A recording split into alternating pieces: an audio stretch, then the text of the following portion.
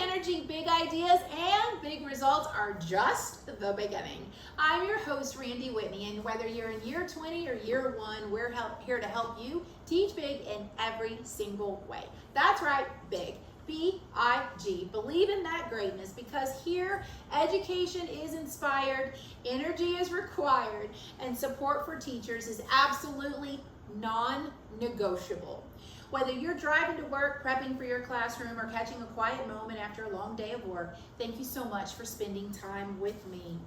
I would greatly appreciate you liking, subscribing, commenting, sharing, so that you too can become a part of the Teach Big family. So this episode is unique in that it has some guests that we've had prior, but it's not connected to another episode necessarily.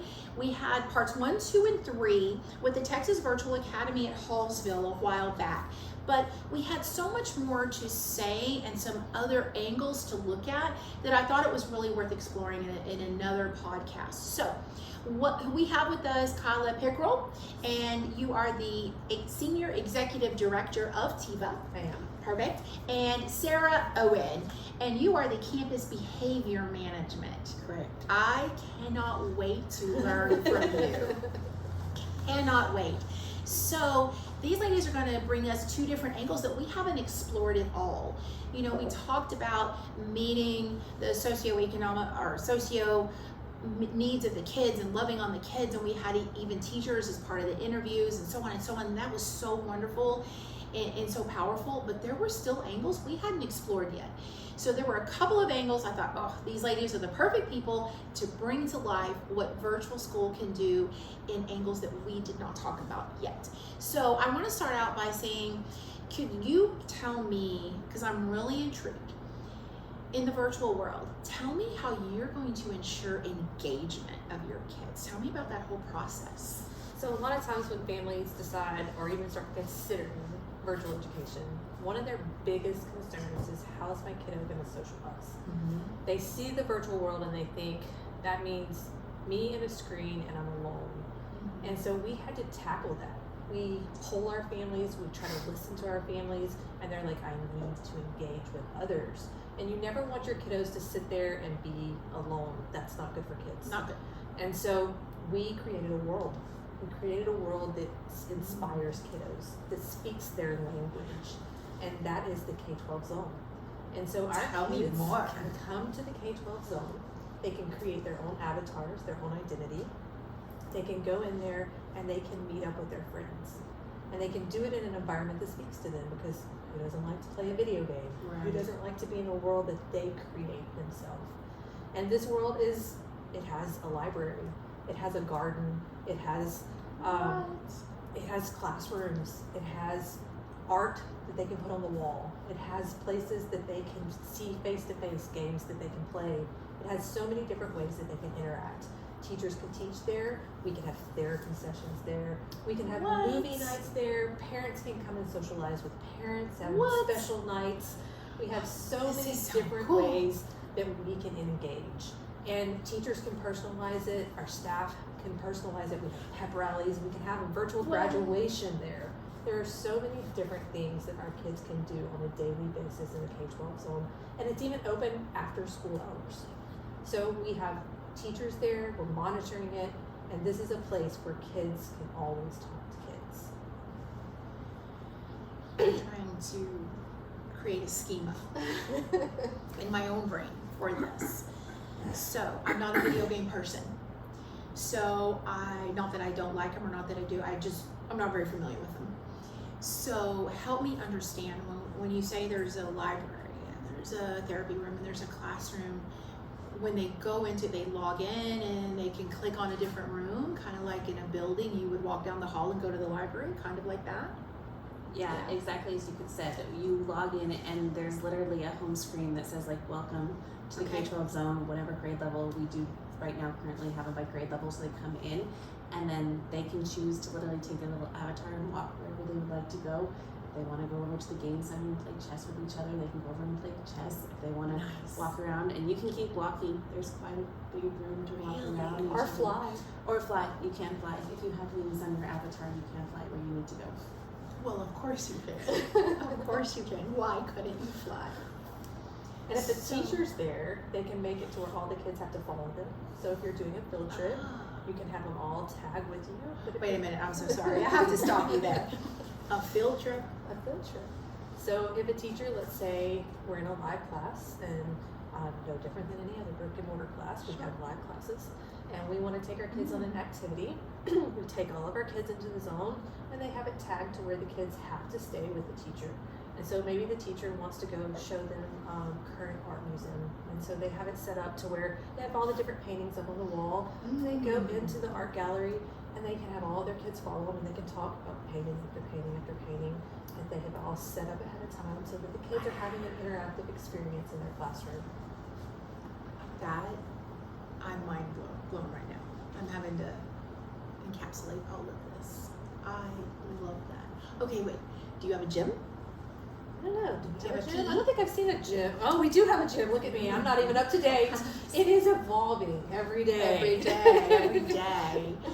Because the reason I asked that is so they could go in and even have those kind of experiences, right? And our teachers can build new things. We have some really creative teachers that will get in there and start building really new and innovative ideas and pull things out from different programs to bring into it. That's their great. It allows the teachers to have some creativity in that. Wow.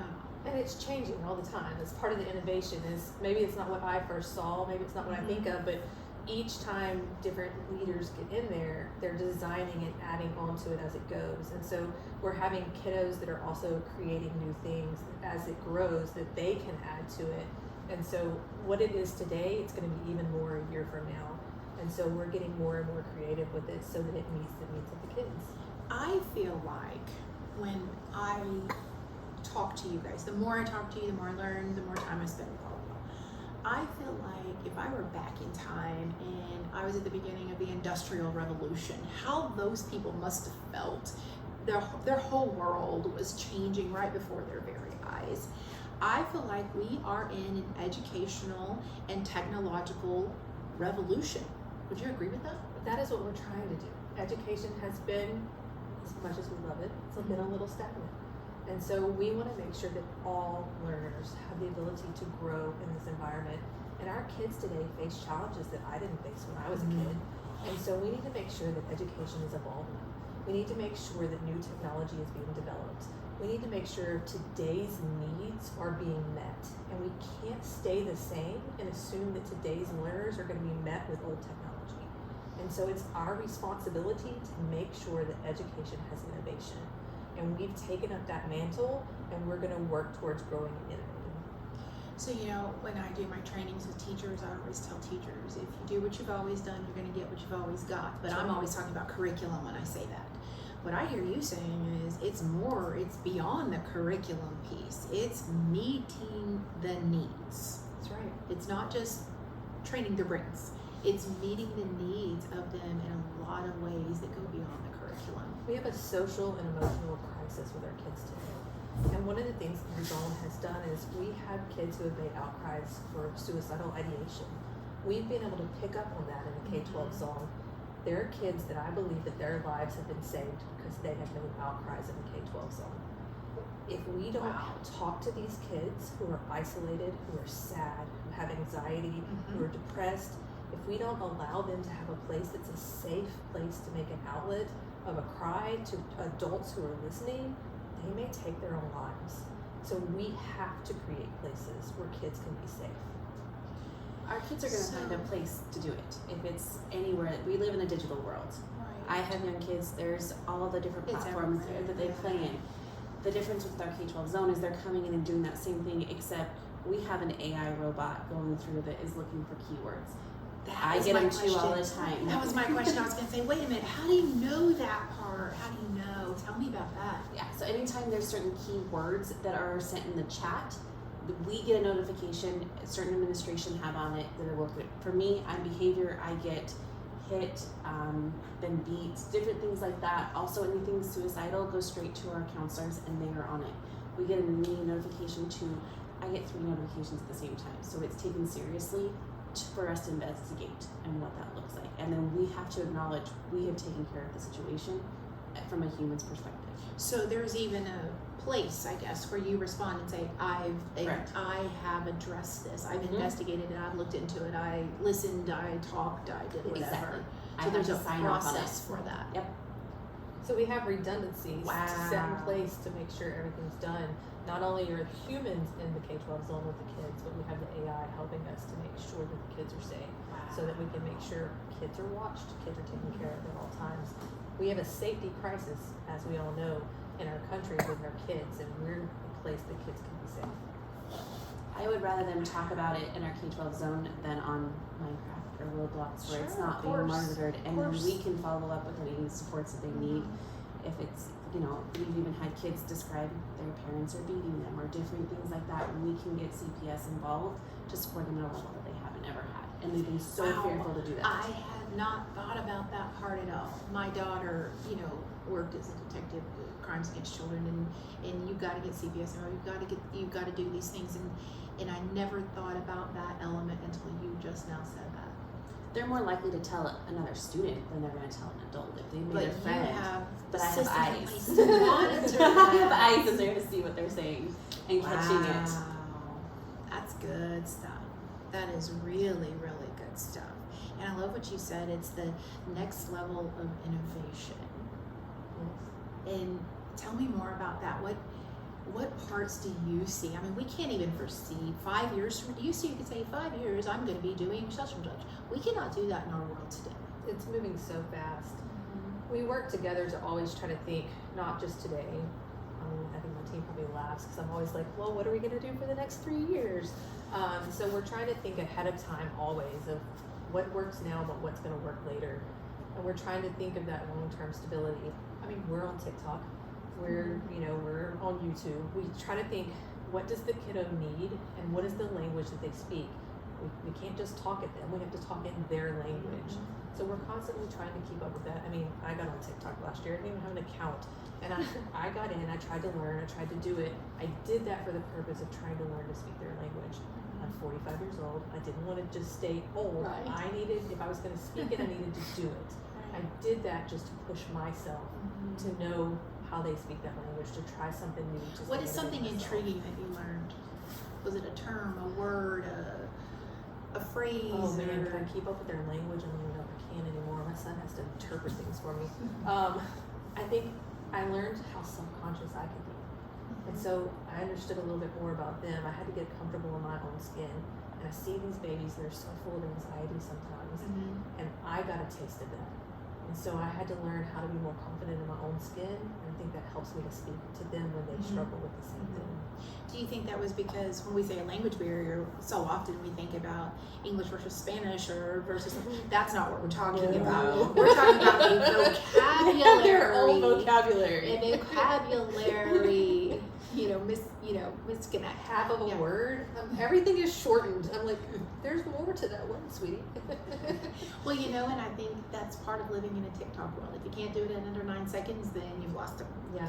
And I think we're having to adjust our lessons accordingly. I think we're having to adjust how we talk to kids, and not just in the vocabulary, but the amount of time and that attention span.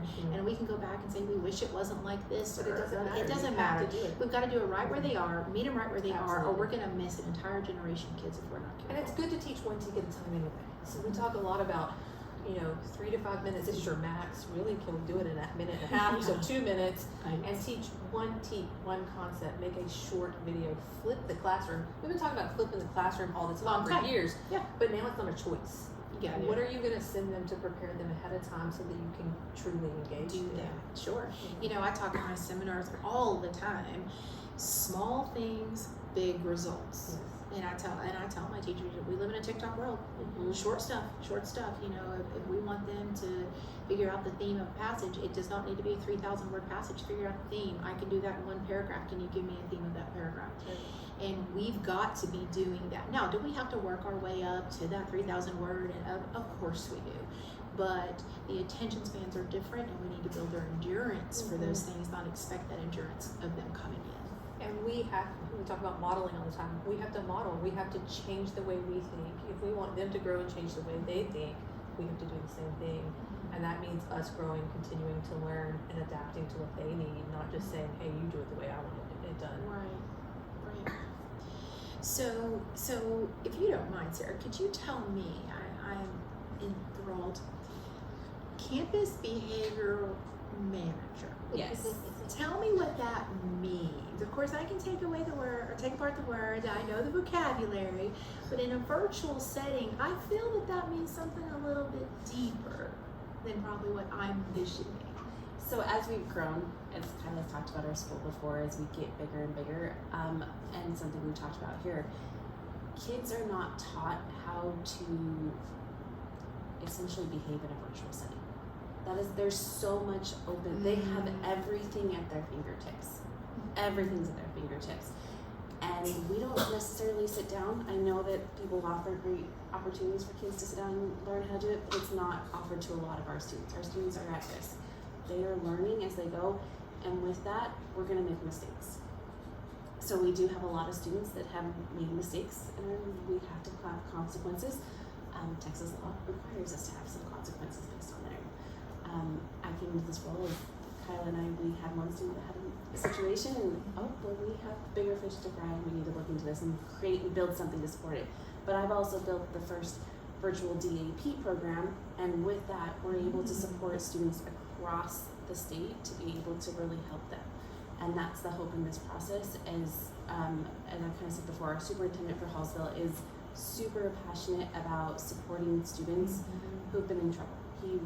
There's some opportunity around here to help these students, and sometimes they just get pushed out of school. They just completely get pushed out, and so they want somewhere else to do it. So we come together on a weekly basis. There's a committee, including our superintendent, our district, our principals, and we look at these students and we look at what's going on for them, and we talk about their story and essentially see if they're a good fit for our program. They come in and we support them. We have a strict timeline.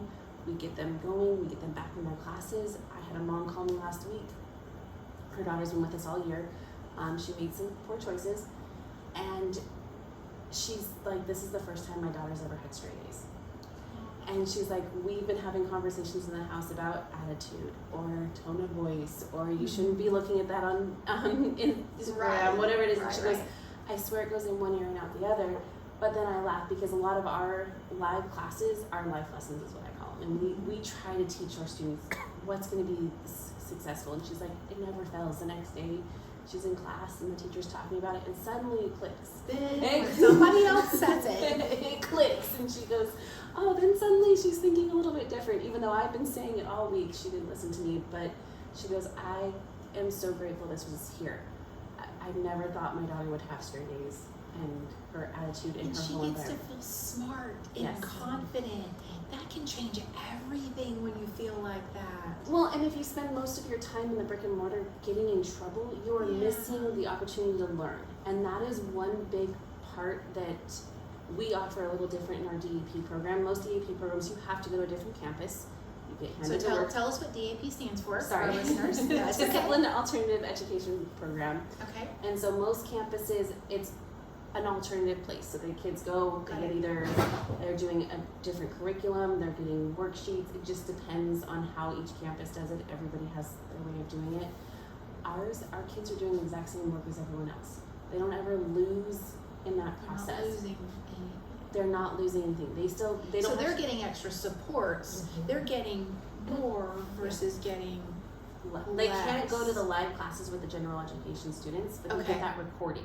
So they can watch the recording of the teacher still teaching it. They still get access to the online platform that every other kid. So when they're with us and they leave us, there is no gap in their curriculum whatsoever.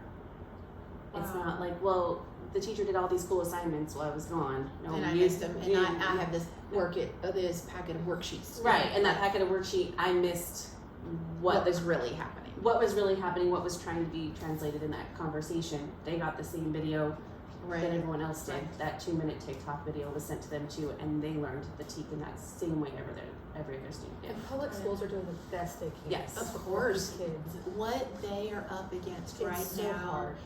is like nothing I've ever seen. I talked to hundreds, thousands of teachers over here, and it's just almost insurmountable, Mhm. the struggles they are facing that they were not facing 5 years ago, 10 years ago. Some of these struggles, that's why nobody knows what to do with them. Absolutely. We don't have a track record on this stuff yet. And these kids have made mistakes. And there's many of these kids, there is legit reason that they're in the situation that they're in. We're just able to provide a last chance option to see if they can be successful in a different environment that gives them the chance to heal and be successful so that they can get the tools to change their behavior. Whereas in the brick and mortar, they're surrounded by other people making the same mistakes that keeps them in a cycle pattern to continue to make the same mistakes. We can pull them out of that, give them some help educationally, with a therapist, with all these different things to maybe turn the corner. So you said a lot of golden nuggets in your last paragraph right there. So I love that you said a last chance option, that you're the last best hope for a lot of them, and time to heal. I wrote that down as fast as I could. Time to heal, and you can only get that time to heal when you don't have an environment around you that's making fun of you for being in that special class, or doing saying things to you in the hallway, or and there's a real need for that. And I love that you're giving them an environment in which to break that cycle and not feel embarrassed about where they are. Let's just take you where you are, as you are, where you are. And yeah, I think Kids don't make bad choices for no reason. If they're in that situation, something happened to lead them down that path. So we want to give them a chance to be someone else and make good choices. And we want to give the schools time to heal too, because sometimes the safest place for that school is for that kid to be with us, because we're also protecting everyone else when that kid needs time to heal and not make more mistakes around other students. Yeah, I need to let that soak in for a second, because that is very real. I have taught virtually, but not as my only job. I've gone into many virtual settings and done it like that. But I have taught, obviously, in brick and mortar for days and weeks and months and years on end. But in the brick and mortar, that is very real. Sometimes you have to remove a child to protect the whole. That's right. And it's a sad reality that in brick and mortar, that when you do that, you have to sacrifice the potential of this one right here, because you do have a responsibility to these 25 over here. That's very real. What I love that I hear you saying is, that's true. We need to keep those 25 safe. There's no doubt about that. We don't give up on the one. But we don't give up on the one. We don't give up on the one. And the starfish story. And part of our requirements is I call that district to let them know if their student comes to us and owes DAEP time or owes certain things, and our superintendents be like, I'm not just an escape for somebody. I want to have a conversation with that district. So I get on the phone with these principals and have a conversation, and 80% of the time is you are their answer. I cannot offer them what they need. You are what they need. Please help them. And it's not that they are not trying. Their resources are limited at what they can do. Of course. We want to be in partnership with the districts. We're not opposing them. Oh, I can absolutely feel that, and I can see almost this dance partner action. Okay, let me ask you this. So let's say we talked about the little girl who had made some poor choices, and her mom is so thankful. Is there a place or a time where she goes back into the public school? Is that ever the goal, or is it not the goal, or is it good for some, not good for some? We want every student to make a choice. That's what virtual school is. It's a choice. So you choose what's best for you. Many of the students come to us and they're like, I'm not going anywhere. I love this. But there's always the option. Just like you chose us, you get to continue to choose. That's what school of choice is. You get to continue to make your choice. Okay. All right. That makes so much sense. I have a student that's been with us. He's in our second year, and this year he made some poor choices. But it was an outcry to go back to virtual, or back to brick and mortar, excuse me. Okay. He was struggling at home just with everything going on in the home life, but his mom was like, I don't trust you to go back. And he ended up in my DAEP program. But with knowing his goal, we have transformed his behaviors. He learned how to handle things. He works with my social worker every single morning.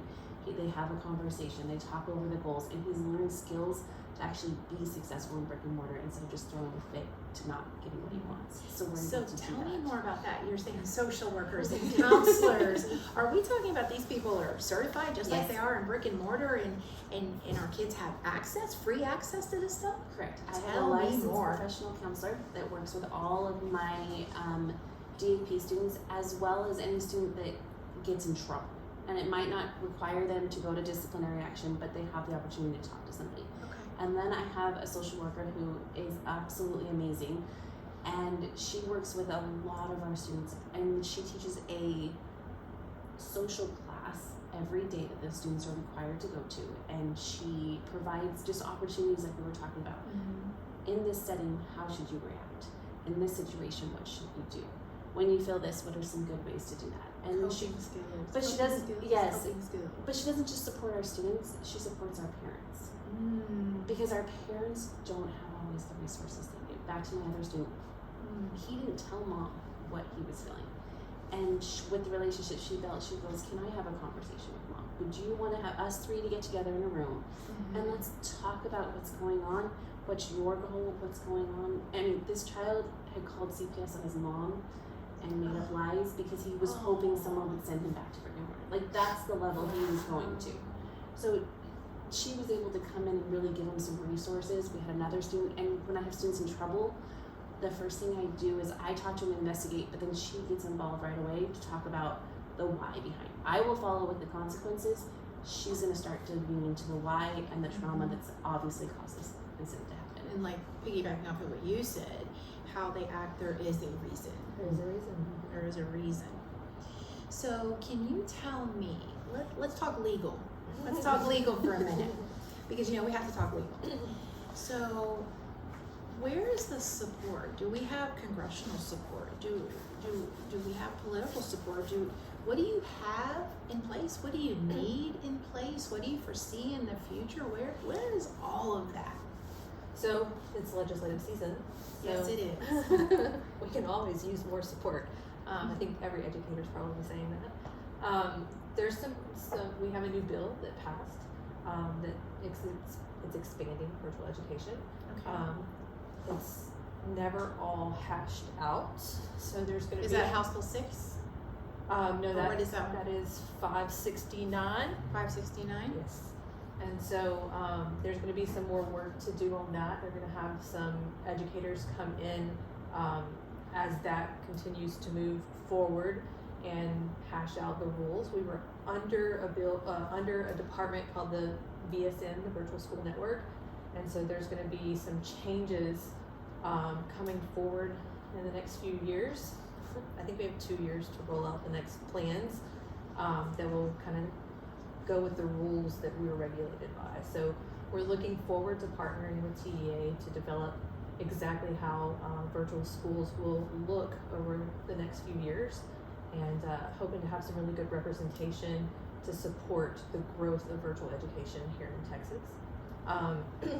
Our superintendent has worked very hard to continue to promote things like what we're doing with DAEP and getting more support for how things are going to work with getting support with the legislators on making sure that students who have needs that are expelled from school and things like that have a place to go in the virtual world. So we're looking for more support in that arena to make sure that students in that area have mental health supports and that there's funding for mental health supports so that students who are expelled have that option. Gotcha. So we're looking for support in those areas, and just being able to continue to grow in making sure that all students get what they need and that virtual schools have those kind of supports. So what is House Bill 569? What is the future of that look like? And has it gone through the House and the Senate at this point? It's signed into law. Okay. So that just happened in the last few weeks, and so virtual school was somewhat limited before that bill was signed, and now it will be more open, that schools across the state will have more option to expand virtual education. it was limited to, we call them the golden tickets in Texas. There were only a certain amount of schools that could have virtual schools, and now that will expand to where other schools can open virtual schools if they meet the criteria of the bill. And so hoping that there'll be some more options with even what curriculum we can have and what classes, that it'll expand into the different options that we have. But there's still a lot left to happen with that. Sure. We're hoping to be able to, work with TEA on developing everything that a brick and mortar kiddo can have that we can also have. Wow, that is neat. What does your part stand congressionally speaking? Is there anything going on with the behavior piece, or is that kind of lying dormant while we figure out this part? Well, they kind of go hand in hand. House Bill 6 is changing up the way that discipline is done. Right now it's just sitting, it's gone back to the committee, so I'm not sure where it's going to sit at that point. Okay. But it's kind of essentially saying there's going to be some, requiring schools to offer some virtual things for students when they do get in trouble. Obviously, there's certain start points of expulsion that don't have that support. And we go back to that. We are not for everybody. Certain offenses do require certain Needs and consequences to come from it. Of course. But there are different offenses. For example, currently, but this will change it, is the vaping. Districts, DAEP programs were being overrun with vaping students. We are a great option for those vaping kids. They can come with us. We can offer a different level. It also frees up a seat, because the difference between us and them is they have a building that only has so many seats in it. I can have different classrooms that have the opportunity to have a little bit more flexibility with that. Got it. So I don't necessarily, we keep a cap on how big we get, just because we grow and as we're building, but we have a little bit more flexibility in that, because I don't literally have seats in a building. And usually most DAP programs, it's usually a smaller room at the end of the day. Yeah, you're right. As I think back and visualize in campuses I've been involved in, you're right. Exactly. And here in Texas, not every district, if you're a smaller district, you don't have a DAP You don't even have program. that. You're co-oping. You don't have the somebody. personnel for it. No. You don't have the space for it, right? No, you're co-oping with another district, and so these kids are getting bused hours to different things to be able to do that time. Well, another piece of the puzzle that I've really, over all of these podcasts that we've done with the virtual piece of the puzzle, a big piece I've seen is you're here for the athletes that are absolutely just brilliant minded and do all these different things, and then you're here for the kid who just needs a little extra support. Then you're here for the kid who's been tossed out of school. You're here for the kid who just needs it to look different and feel different. I struggle to find a kid that you don't serve. We try to meet everybody You serve them all. I mean, it seems to me that you truly serve them all. And if they need it virtually, nothing else matters. You're going to make it work. That's what we do our best every day to do. I like that so much. And brick and mortar, obviously I'm very familiar with brick and mortar. That's where I taught it. That's my experience. And I know the heart of every teacher in brick and mortar. We want to do that same thing. But you guys have a different skill set to serve further and wider. And I think that deserves a lot more congressional support. I think it deserves a lot more thinking and time and planning, because, let's come back together in 5 years and see what we're talking about in 5 years. We'd love to. Yes, absolutely. Let me tell you, I can't even imagine. There's ideas that haven't even been created in the brains of people that will be in place 5 years from now. Heck, maybe 2 years from now. Our students will be able to do it too. Yes. Some of the behaviors that I see that is kind of maybe misusing technology, but I'm like, man, that was really creative how you did that sometimes. Let's channel that. You can do amazing things with this. I just have to channel it the right way, and you're going to innovate something that we don't even know existed. And that the whole world needed. Mm-hmm. The whole world needed. I had an interview a while back, several podcasts ago, a gentleman, he's a junior in high school, and he's part of an esports program. And this is video games where they compete and they do all kinds of stuff, and it's really awesome. And his mom reached out to me and said, hey, I've kind of got a take on something. I'm like, yes, please. And so it was really intriguing. He sat right where you're sitting, and we talked for over an hour, and he enlightened me so much. I was so intrigued by it. And the week after he left, they were headed right after he left the podcast recording. He was going to compete at a state convention for esports. Yes, big deal. And they won. His team won. I told him, I said, you need to come back because now you are a state champion. And so the esports and the technology that's going on around that, and the also really cool thing is that colleges are offering him scholarships for esports. He is going to get college paid for because of esports. 5 years ago, we didn't have that on our radar. We have esports teams, so if anybody wants to play esports, we do that too. You're all in. You're all in. Yeah, he just really enlightened me to possibilities that are out there. And it was just really neat. And he said, yeah, and our shoutcaster, I said, wait, stop. What's a shoutcaster? He's like, well, it's a broadcaster, but we shout. I'm like, oh, I didn't know that. That's like a term. It's like, oh yeah.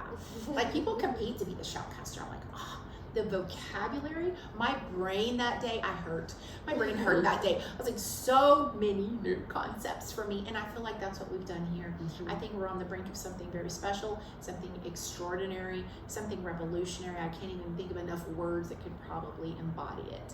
But I really thank you guys for being here so much. I hope your program continues to thrive because you are good for kids.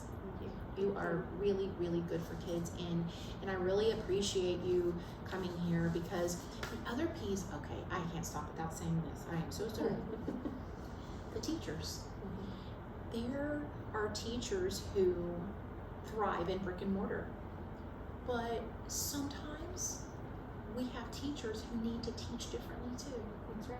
We have students who learn differently and teachers who need to deliver their craft differently.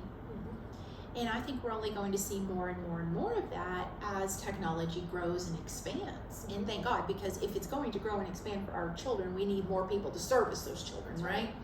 So very briefly, I know we've gone a little over, but can you tell me a little bit about how virtual education is serving the educator? We've got lots of teachers that come to us for different reasons, anywhere from they have their own health issue, that's what brought me here, to parents that have newborn children that aren't ready to. Sarah's like, that's why I came. Came 16 years ago for that reason. Yeah. Really? To so you got to stay home with your baby, and you still got to be an amazing educator. That's right. This gave you a way to do that. So some people need a different work-life balance. You know, sometimes going outside the house. We've had teachers who have parents that are in stages of life, and it gives them the flexibility to be across the street or have the parent in the home, things like that.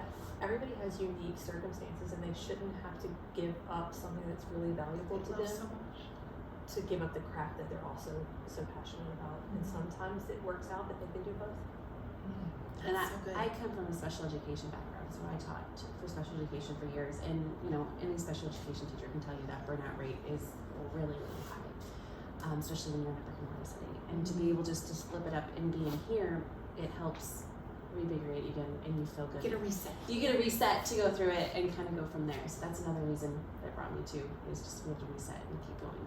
One teacher told me that she had a gun pulled on her in the car line by a parent.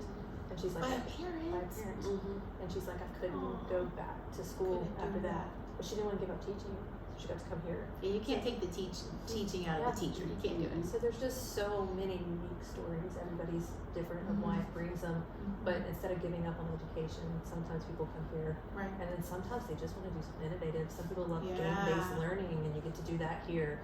So everybody has a different story, but it's just another option. One of my girlfriends who's a teacher in a virtual setting, she does it because her husband's in the military and they have to travel all the time. Lots of those. A lot of military wives.